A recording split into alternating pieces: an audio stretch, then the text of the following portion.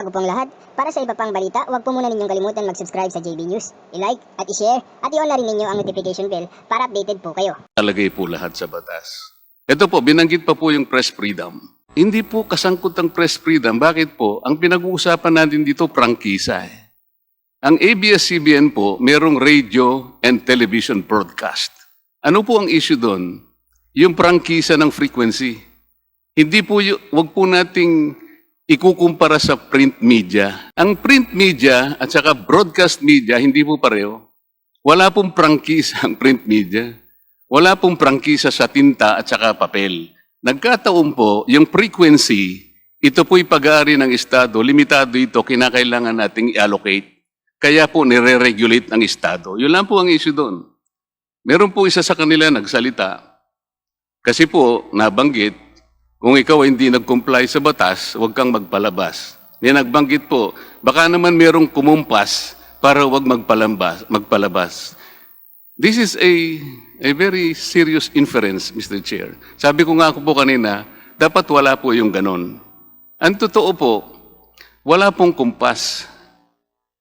Si Speaker Alan Cayetano, hindi po kumpas. Sa ningas po ng kanyang mga pakiusap na kinakailangan lumabas ang totoo para sa kapakanan ng taong bayan. Kaya lang po ako nagsalita. Hindi po kumpas. Yung ningas ng advocacy ni Speaker Cayetano ang pinanindigan ko at naging lakas ng loob ko para isiwalat ang nalalaman ko tungkol dito. Ikinumpara po yung PDR kanina sa ticket ng karera. Alam po ninyo kung pagkakapareho lang sa totoo, yung kabayo. Sapagkat sa karera, nakapiring po yung kabayo. Ang gusto lang makita nung hinete ay yung direksyong tatahakan. Di po ba maganda alisin natin yung piring ng kabayo para malaman po ng lahat? Meron pong nagsabi rin kanina sa kanila, puwersahan po ang pagsasara sa ABS-CBN. Hindi po. Sa record po, voluntaryo po sila na nagpinid ng kanilang istasyon. Yun po, wala pong nagpuwersa sa kanila. Kung talaga pong lalaban sila sana sa korte, hindi sila nagsara. Tama po na naman si Speaker Cayetano. Kasi po, kahit na po kayo makareceive ng cease and desist order, wala naman po halimbawang court order na kinuha. Kahit na po sinong tao sigurong pupunta sa kanila, bakit kami magsasara? Meron ba kayong court order? Eh di dapat nilaban nila. Nagboluntaryo po silang magsara. Meron pong nagsalita kanina na meron siyang resolution to act without delay, proposing another 25 years. Mr. Chair, mga kasama, mga kababayan, ang prangkisa po, sinabi na natin, is a special privilege. Wala pong iniwan sa isang taong nanliligaw, isang binatang nanliligaw. Maaring karapatan po niya ang manligaw. Hindi mo maikakaila sa kanya yon. Ngunit kapag meron na po siyang napusuan, hindi niya po pwedeng sabihin sa kanyang, sagutin mo ako sa ganitong pagkakataon o sa ganitong mga panahon. Hindi po. Kinakailang suyuin mo po siya eh. Tayo po, hindi tayo sinusuyo eh. Alam po ninyo sinabi ng ABS-CBN, inupuan natin ito eh. Napakaraming masasakit na salita. Is a franchise a demandable right? Sa totoo po, Mr. Chair, mga kababayan, kahit wala pa pong pagkukulang halimbawa ang ABS-CBN, nasa constitution po natin, pwede pong alisin sa kanila kung ito po ay sasagot sa pambansang kagalingan. Nandyan po. Kahit hindi ka lumabag, sapagkat ito po ay isa lamang privilege. Kaya po kung sasabihin natin, to act without delay, baligtad po ang nangyayari, Mr. Chair. Napapansin po ba ninyo at maring napapansin ng ating mga mamayan? Tayo na po ang nagtatanggol eh. Wala pa po akong nakita na talagang masigasig ang ABS-CBN. Tatlo po kasing standards ang dapat nilang ipakita. kung ang pag-uusapan ay prangkisa, are they legally, financially, and technically qualified? Sa mga susunod nating pagdinig ito, makikita po natin. Congressman Marcoleta, Ngayon po, ito Congressman po, Marcoleta, reminder lang po, paki-wrap up na lang po. Ito po, magra-wrap up na po ako dito. Ito pong nabanggit uli yung mga manggagawa. Kagaya po ng sinabi natin, nakalulungkot po talaga ito. Ang Congress po nakikipag-sympathize sa kanila. 11,000 workers. Because of that, Mr. Chair, I will wind up, but I will respectfully place on notice ABS-CBN that I will be requiring from them the following: to submit to the House of Representatives, particularly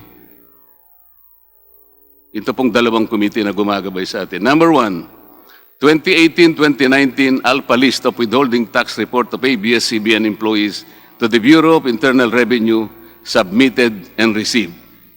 2018-2019 ALPA list of contributions made by ABS-CBN for its employees to the Social Security system submitted and received.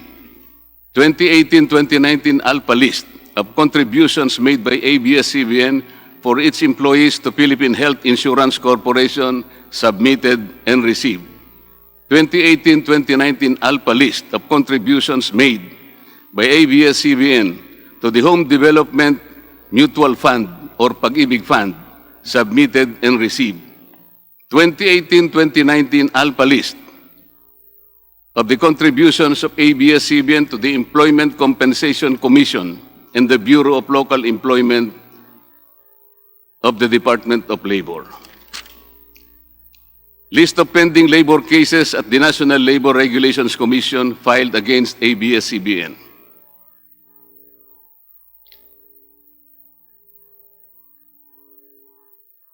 Magkakaalaman na po tayo kung totoo po talaga yung 11,000. Kung hindi po nila isasubmit, Mr. Chair, I will ask the offices I mentioned here, subpoena duces tecum ad testificandum. Maraming salamat po, Mr. Chair. Violated the nature and scope of its legislative franchise under RA 7966 when it allowed another entity, ABS Convergence, to make use and abuse the legislative franchise granted to ABS-CBN Corporation. ABS-CBN Convergence, Inc. has no legal authority to broadcast under RA 8332. Number 2, furthermore, under RA 7925, no single franchise shall authorize an entity to engage in both telecommunications and broadcasting, either through the airwaves or by cable. Thus, with its KBO offerings, ABS-CBN Convergence not only violated its own legislative franchise, but also the Public Telecommunications Policy Act of the Philippines. Number 3, based on the foregoing. Excuse me, Solicitor General. So, Before you continue, Solgen, the committee secretaries of joint committees is hereby directed to have our guests to take their oaths.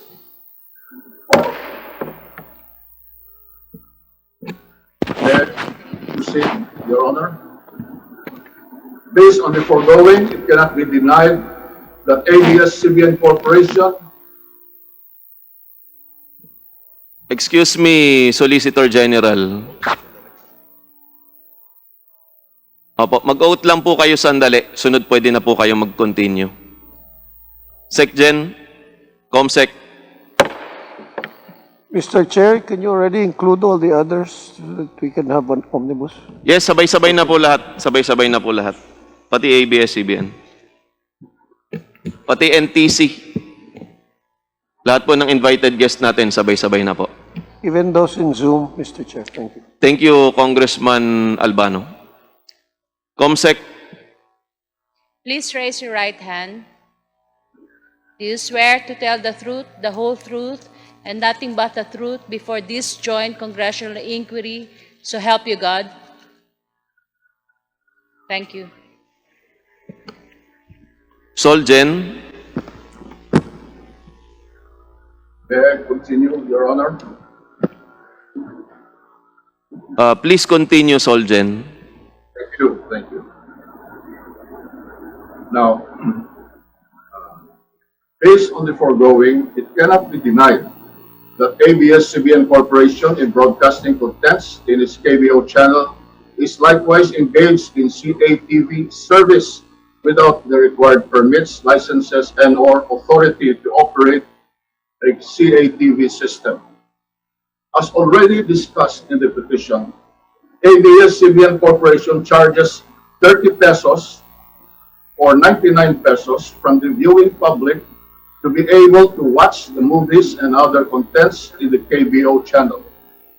ABS-CBN Corporation has aired movies, boxing shows, concerts, and other events in its KBO channel for a fee and without obtaining a prior approval from the NTC. These acts are evidently not covered by the legislative franchise granted by the state in favor of ABS Corporation. Number 4, ABS-CBN Corporation was not authorized to use free-to-air signals for its operations of the KBO channel. Quite tellingly, ABS-CBN Corporation cannot produce a copy of the permit or document showing that it has been granted authority by the government, specifically the NTC, to operate a pay-per-view channel such as the KBO, despite having been previously ordered to desist from engaging in the pay-per-view services until the CAS guidelines has been issued. ABS-CBN Corporation nevertheless continuously operates the KBO channel in derogation of its franchise, the NTC directive and order, and the DICT framework. Number 5, the Philippine Depository Receipts or PDRs issued by ABS-CBN Holdings Corporation grant beneficial ownership over the underlying ABS-CBN Corporation shares. ABS-CBN's own statement admitted how the issuance of PDRs allow foreign entities to participate in a media company whose ownership is required to be 100% Filipino. To quote, the PDRs unlock the share value of ABS-CBN Corporation, allowing foreigners to participate in a media enterprise whose ownership is constitutionally limited to Filipinos. With foreigners allowed to buy PDRs, the ABS-CBN Corporation shares, which have long been undervalued, can now play catch-up with regional media counterparts. This arrangement certainly is a circumvention of a foreign equity restriction provided under the Philippine Constitution. To reiterate, letter A, an ABS-CBN PDR holder has a right to delivery or sale of the underlying shares of stocks evidenced by the PDR. If the holder is a non-Filipino, delivery of the shares of stock can still be made to a Philippine person designated by the non-Filipino holder. Letter B, upon exercise of the PDR exercise rights, the shares delivered or sold shall be lodged with the PCB unless and until the exercising holder, in case of delivery, or subsequent transferee, in case of sale, requests for upliftment into registered stock certificates evidencing shares. Letter C, the delivery of the shares comes with all the right of a shareholder, including voting rights. Letter D, an ABS-CBN PDR holder has a right to additional PDRs and to the adjusted terms and conditions upon occurrence of certain event. Letter E. An ABS-CBN PDR holder has a right to dividends from the underlying ABS-CBN Corporation shares. Letter F. An ABS-CBN PDR holder can modify or alter their rights upon passing of an extraordinary resolution. To conclude, the ABS-CBN PDR grants beneficial ownership to the PDR holders based on the rights conferred upon them, evidenced by the PDR instrument and PDR certificate submitted by ABS-CBN. To countenance this practice is a looming threat to our sovereignty, which the constitutional safeguards aim to protect. Indeed, the ABS-CBN PDR has provided for a creative mechanism to indirectly own the underlying ABS-CBN shares of stock, but no matter how creative, the resulting end remains that enables non-Filipino to beneficially own a media conglomerate, the ABS-CBN. The pleadings filed by the OSG and their attached documents already bear out the sins of ABS-CBN. I encourage you, honorable representatives of our people, to scrutinize every detail of the documents we have provided you. See for yourselves the facts as borne out by the documents, rather than the falsehoods peddled by various groups whose interests are served by maintaining the unfair and unjust status quo. National Artist for Literature F. Shonil Jose hit the nail on the head when he said, and I quote, "The real issue with ABS-CBN and its owners is not press freedom. It is money, politics, and power. How power is acquired, how it is abused and maintained, and most of all, how it obstructs the country's economic and democratic development." For the past few days, ever since ABS-CBN supposedly went off the air, their stars and celebrities have taken to social media to rail against what they perceive to be oppression on the part of the government. In desperation, they would want to use their influence over the multitudes of fans to muddle the issue and drum up support for their network. One of the more prominent stars who spoke against the government is Coco Martin. He said in a social media post addressed to me that, and I quote, "Kapag ang pamilya ko kinanti, kahit sino ka pa, lalabanan ako ng patayan sa iyo, kahit patayin mo pa ako." Maraming salamat, Solicitor General Joe Calida, at sa bumubuo ng NTC sa kontribusyon ninyo sa ating bayan. Tinatarantado ninyo ang mga Pilipino. It appears that he is spoiling for a fight. He feels that he can solve their problems the same way as he solves them on screen with much of bluster and bravado. Allegedly, he has apologized for his tantrum. However, we cannot discount the fact that in his rage, Coco Martin's outburst showed a clear lack of understanding of the situation. His sarcasm is clear. Ipagdarasal ko na lumiwanag po sana ang inyong isipan at kung sino man po ang nagpuntos sa iyo, unquote. If I had not been the Solicitor General, I would have called his bluff and make him eat his words. For decades now, ABS-CBN has been deceiving the Filipino people. Appropriately, Congress now seeks to revise the past of ABS-CBN to determine if they are worthy of a legislative franchise.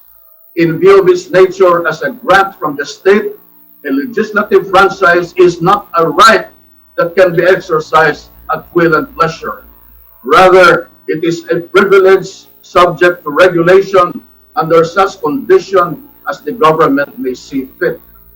Thus, in cases of misuse, non-use, or abuse of a franchise, the state ought to reassert its authority and rights as a grantor, regardless of the grantee's identity and influence.